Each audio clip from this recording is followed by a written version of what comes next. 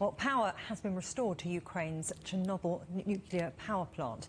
The International Atomic Energy Association says Ukraine confirmed the plant was back on the electricity grid after a power line had been damaged yet again by Russian forces occupying the plant.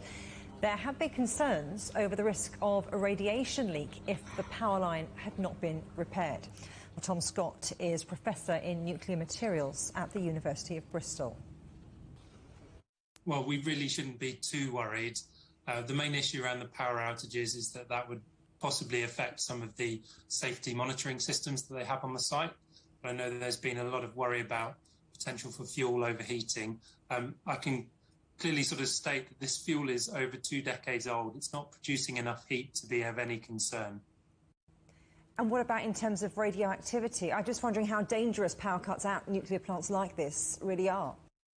Well, remember, Chernobyl's not been an operating plant for several decades, and so the fuel that it has on site has had a long time to physically cool down and for the radioactivity from that fuel to drop away. And in fact, before the invasion, they had started to transfer fuel out of the cooling pools that they have there and to put them into dry storage. And in dry storage, the fuel elements, the fuel rods, are just cooled by air, and that's because they're not producing enough heat that they could sort of get a sort of out of control self-heating event. Chernobyl might be out of action, but there are other operational nuclear plants, aren't there? What's the risk to the 3 that are in Ukraine, those nuclear power stations? Well, we've had Zaporizhzhia has already been taken by Russian forces.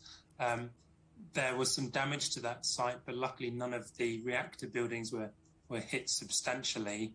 But of course, there's a chance with these other 3 sites, which are still in Ukrainian territory and haven't yet been contested, that any ground fighting inadvertently may cause some collateral damage, which could be dangerous for those sites.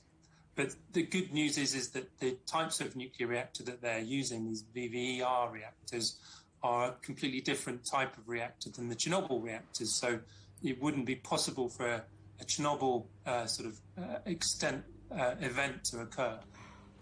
If the worst does happen, though, on those other sites, what are we looking at then? Well, probably the worst that you would be looking at is what we call a loss of coolant incident. Something similar in a way to what happened at Fukushima.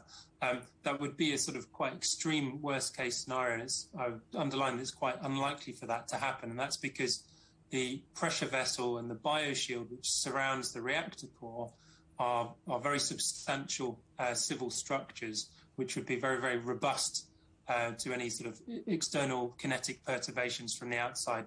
These reactors are built like fortresses, mainly to block the radiation coming from the reactor core, but inversely it has the beneficial effect of protecting the reactor core from the outside as well.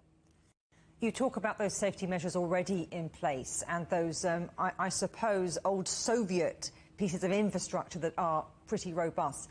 In terms of extra protection, what measures could be put in place? Well, there's obviously a strong sort of lobby and attempted dialogues with both the Ukrainians and the Russians from the IAEA to urge them not to contest these power station sites.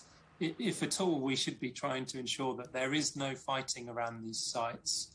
And ideally, if fighting comes into the nearby area, that these reactors should be shut off so that any sort of risk to the power plant is reduced by the fact that the reactors are offline.